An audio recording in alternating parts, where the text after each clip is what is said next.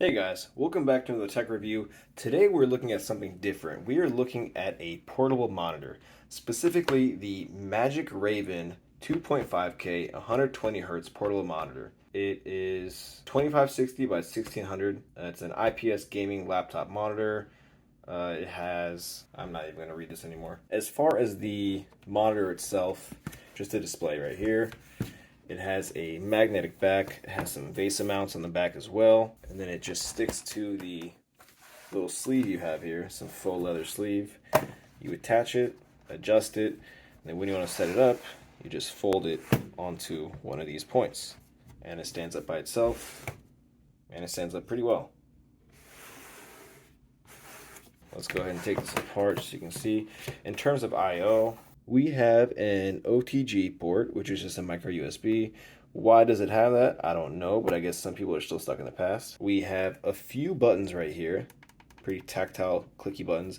There's the power setting, volume up, volume down, brightness up, brightness down, and the restart button. And then on the other side, we have two USB Type-C ports and a full HDMI port, as well as a headphone jack. I'm actually pretty excited to see a full HDMI port. You'll see a lot of these monitors, they have a mini HDMI, so you have to get a converter if they don't give it one to you. But the fact that this has a full one is actually pretty dope. Along with the monitor, we did get some cables. We have a quick charger right here, USB-A. Let's see, does it have any information in terms of amps? It is a 240 volt charger. That's pretty good. We have a USB-A to a USB-C cable, a USB-C to a USB-C cable, and an HDMI to HDMI. Now, why do they put some of these covers on some of them and not on the other ones? I don't know. Either do all of them or nothing, but you know, it is what it is. This monitor does not have an internal battery, so you either have to hook it up to the wall or you can hook it up to the device you're using. So you'll see later, I'll try two different things. I'll play the Steam Deck on here, and I'll use external power, and then I'll hook it up to my MacBook and just run the one USB-C cable to it and see how it runs. I know it threw it off earlier, but the manual is actually pretty useful and pretty helpful. Now, it does kind of give you a way, this is a Chinese product, so I bought a specific model, but it has directions for multiple models, which means they're either pumping and dumping these or they want to make one manual for everything. I guess you're saving paper, but the paper is already made. But it does help. It kind of helped me figure out how I need to wire things up and what button did what, because the side buttons are kind of plentiful. But honestly, yeah, it has little visuals right here telling you what you can do and what won't work, how much power is needed, what's recommended, what's not recommended. You could even plug your phone into here and use that. I don't really do that. It also goes through the on-screen display options, which is pretty useful instead of fidgeting through it. So I will say this manual, nice manual. I'm sorry I threw you. Okay, so we have the Steam Deck right here plugged in. We have an HDMI going to the JSOC dock that I have for the Steam Deck. And then we have, not exactly the right USB-C cable, but a Nintendo Switch one. It all works. And automatically it just turns on. The back right here has a blue indicator letting you know if it's on. And if you hit that button right here, it turns the display off. So this display does come with two speakers, one on each side.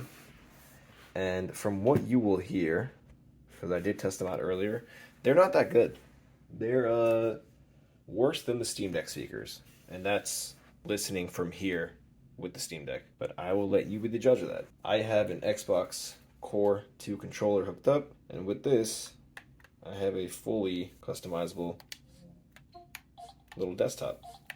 Like I mentioned, this is 2.5K and the exact resolution is 2560 by 1600, so it's higher than 1440, which is why they put the 2.5. I don't get it, right? But it is 120 hertz, which is actually really nice. And trying to find something with this resolution, with this frame rate at this price, I think I paid about $180 for this. It's actually pretty good. The screen's not glossy. It has a matte finish, but it doesn't look kind of worn out like some other 1080 screens with the same matte finish look. The colors are pretty accurate. They look pretty nice. Let's go through the settings here. And these are a little annoying to go through. You have brightness controls down here. You can change the aspect ratio, the color temperature, the on-screen display options, the HDR mode. I have it set to auto, and there's a low power mode as well. And then you can go ahead and change the signal source. So if you have HDMI connected and you have two USBs going to different monitors, you can do that as well. There's FreeSync and some other options, but we kind of leave things default just to test it out. Let's go ahead and play a game and see how it looks. And I think for the first game, why don't we do some Halo? Okay, we're loaded up in Halo. Funny enough, the display has its own volume on the side, and it is running separate from the volume on the Steam Deck. So you can also adjust the Steam Deck if this is too low. So you can hear right now, the volume's fine, it's just not that deep. Set, start, tough luck, on.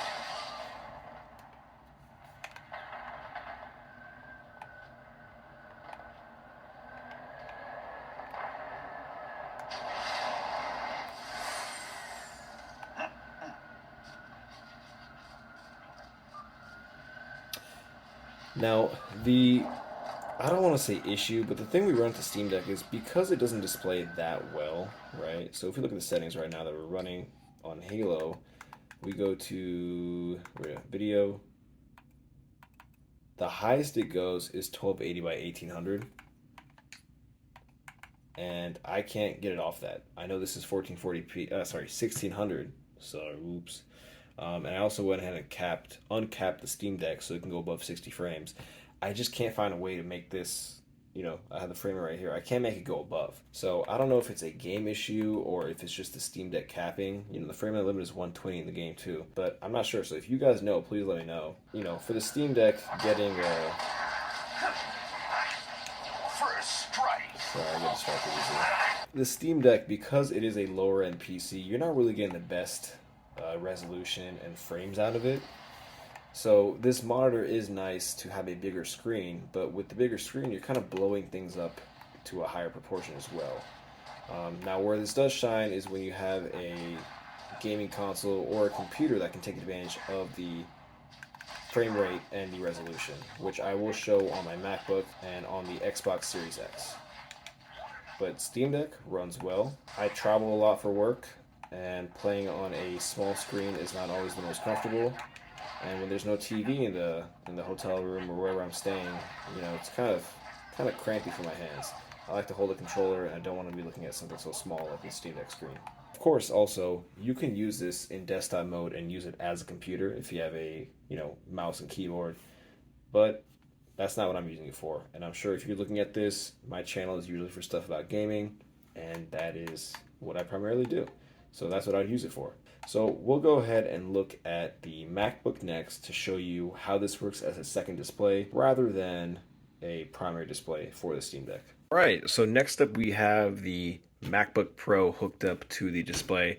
And like I mentioned before, if you have a Type-C to Type-C, this is actually pulling battery from the MacBook for the display. So you don't need any other cables. You just have this one Type-C, and it works as an extended display or however you set it. There's this cool guy on YouTube, I don't know if you guys know him, but let's play a video from him and show the volume on the display compared to the actual MacBook. So let's hit play. Let's do max volume. So this is the highest volume it's going to go. Now, if we go ahead and pause that, but let's just look at the difference for the speakers. They're cheap, and I was like, why not? So I'll go ahead and go through each game and also mention where I bought it from. The pricing for the games is in yen, and at the time of this recording, just way better.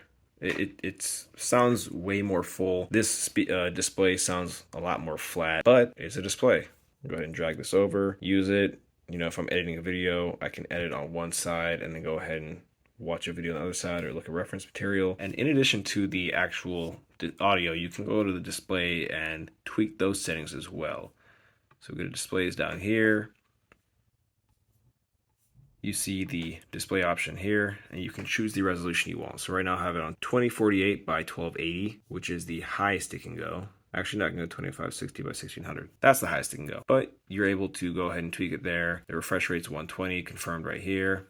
And yeah, I mean, it's a decent screen. And if you are working a lot, and you need your laptop or you want a mobile workstation, this is definitely doable and it's great. It's a big size screen, 16 inches. This is a 14-inch screen for comparison, and it is more than enough space. So now that you got the work aspect that you can use it for, let's go ahead back to another gaming aspect and use the Xbox Series X. Alright, and last but not least, I don't know why I say that, I hate when people say that, we have the Xbox Series X. So we have the Xbox right here, connected HDMI to the monitor, and then the monitor connected with USB Type-C to the power. If the Xbox had a USB-C port, that would probably work as well. I don't know what to say, it works, right? It looks well. I will say the camera is catching some of the light I have in this room, so the display does look cleaner than it does on video. The speakers, as you'll hear right here, they're not bad, right? You know, I'll put this in the recap at the end, but if you really want good quality hearing, you're going to use headphones or wireless earbuds anyway. Let's go ahead and check the settings to make sure we're running at actually 120 frames. Okay, we're in the settings here, and you can see resolution is 1440p, refresh rate is 120. Because of the price of this monitor, you're kind of wondering, okay, is it just advertising 120 or is it actually doing it? And this seems to be actually doing it. You can even see at the options down the bottom that the monitor will tell you what it's running at. So the max timing right now, or max timming, I don't know what that means, 2560 at 1600 at 120, and right now it's running at 1440. So it's actually taking the input from the HDMI and showing you what it's displaying, which is pretty cool. It's pretty smart for this price. So what do I think of the MagicRaven 2.5K 120 hertz monitor? I think you're getting what you pay for.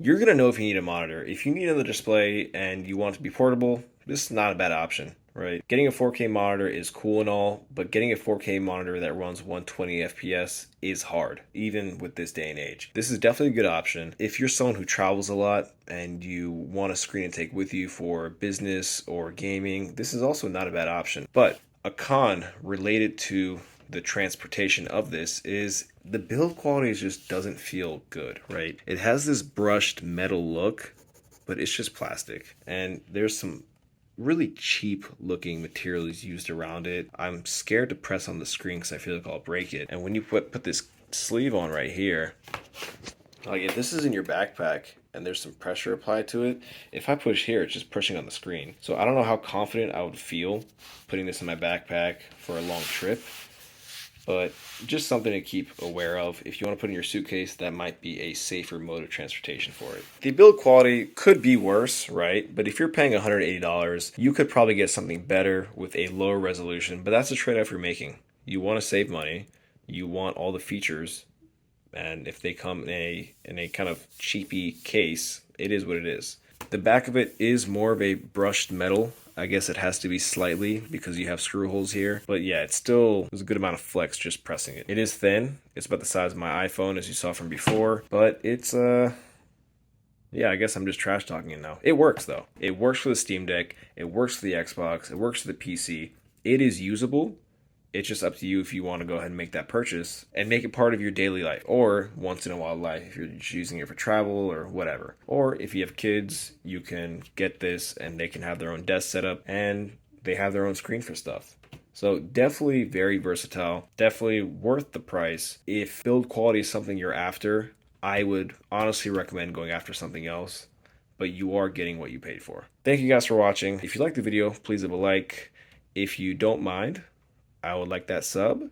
If you do mind, let's talk about that. Like, why are you minding so much? No, if you don't mind, give me a sub. I appreciate it. And I will catch you guys in the next one.